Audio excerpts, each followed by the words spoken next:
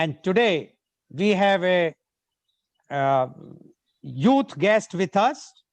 And I would like to invite my first youth guest. And he is Mr. Amir. Mr. Amir Sharik is the first year degree student in the University of West London, Ras Al Khaimah, UAE.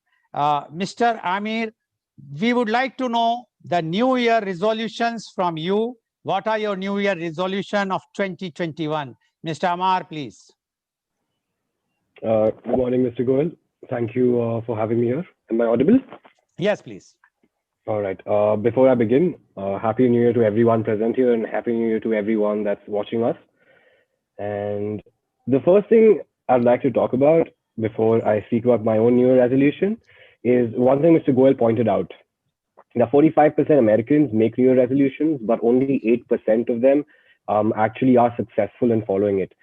So we need to understand the logic behind this. Why is it that the New Year resolutions generally tend to fail? Now, in the last 10 days or the last week of December, all of us just talk about New Year and new me. And everyone is really motivated towards building towards something, towards changing them, and towards coming up with things that might benefit them in the new year and how they want to restructure their lives for the coming 12 months. But the fact is that most of us fail doing that because our goals are so ambitious that we tend to get overwhelmed by it and leave it midway. So the reason behind this is that our goals are not unrealistic. The way we try to tackle these goals is what needs a little mending. We need implementation factors that will help us realistically achieve these goals over a phase-wise period. What we need is an action plan.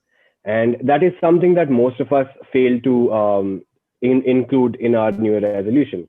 So I would like to talk about how you can implement an action plan in your lives, and particularly in terms of your New Year resolution, because this is essentially how you'll be starting your year. This is how your year and your rest of your year is going to look like. And it is very important considering we're just coming out of a pandemic and we're slowly transitioning towards normal life.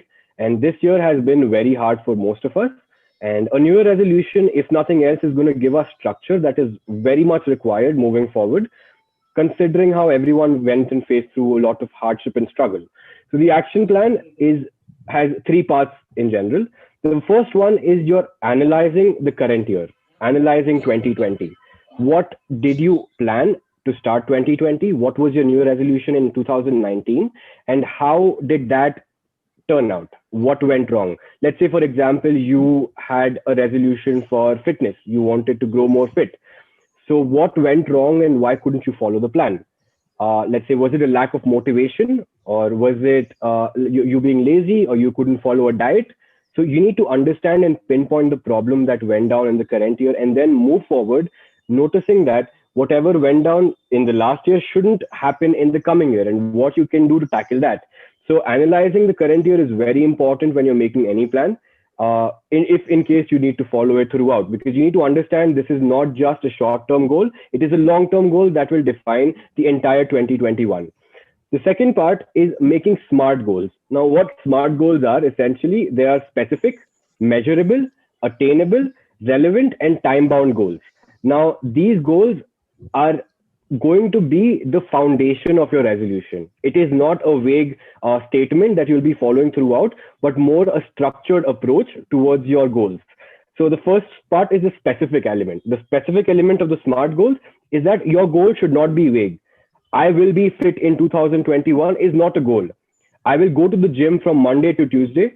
I will go to yoga classes from Wednesdays to Thursdays. I will take a break on Fridays and Saturdays is specific. Now, if it is not specific, it's highly unlikely that you will be following it on a day-to-day basis. It's a lot like your timetable and your schedule in college. You have a college, you have a schedule, and that's exactly why you follow it. You know which books to bring when, and that's exactly the concept behind this. The second element is measurable. Now, if your goal is vague to start with, it won't have any element for you to monitor your progress. And if you can't monitor your progress, there's no point of having a goal in the first place, because you can't analyze how far you have come from where you started. And if you can't analyze how far you have come from where you started, you will never know how much progress you have made in your life. And at the end of the day, get overwhelmed and leave the goal again. The third element is attainable. Having over ambitious goals is at the end of the day going to result in you getting burnt out. Let's say if I come up with a goal that in the next 2 months I need to compete in Mr. Olympia and get a physique of a bodybuilder that took 20 years to make it, I am going to burn out. It's impossible for me to do that in 1 month what someone has been doing for 20 years. And that's what most of us do. Let's say if someone says that I want to complete a 3-year degree in 2 months, that is an unrealistic goal. He knows that, and he still goes for it. And as Mr. Goel mentioned, the 45% Americans, I'm sure this is what their goals look like. Because in 2 weeks in January, that is it. You forget the goals, you're disappointed, and you leave it, and then you forget about it in the next 2 weeks. So that needs to be avoided, and your goals have to be relevant and attainable. And finally, the time-bound goals. Now, the reason why you need to have a time limit to the goal is that you can analyze the progress in phases. Let's say the first 3 months of the year, you're going to do something and you're going to follow that up with the next 3 years and just continuing that way, so that you set a time limit for yourself. It's like a race that you're in. You have an end goal and you need to reach that point. Finally, the last element is visualizing. Once you know your goals, once you've set everything in the goals, then you visualize yourself at the end of that time period. What do you look like, and what is it that you wanted to achieve, and how it would complement you both mentally and physically, depending on whatever your goal is. So these are the elements that are vital in coming up with a New Year's goal, and these are things that will definitely help people coming up with it. So my New Year goals particularly are more towards working on myself, because 2020 has been a hard year for me in adopting and analyzing whatever went down. Let's say we transitioned to online classes, which was quite a big change. Our university stopped, our working patterns changed. So my main goal for 2021 is coming up and making myself a better person in terms of communication, in terms of analyzing the future, in terms of adapting. So that is my essential goal. Obviously, I believe I'm out of time, so I won't be talking much about it. I'd just like to end my time with a quote: "A goal without a plan is just a dream." So plan away, plan away, and plan away. Thank you so much, Mr. Goel. That was my time. Plan away, plan away, plan away, says Amar. So Mr. Amar has described how the goals to be set up. And there he says that one has to set up the goals.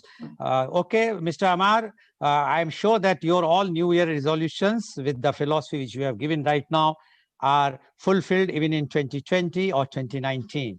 And we hope for the best for 2021, that whatsoever is your goal and whatsoever your New Year resolution, it will be filled and it will be not go like what Americans has given that.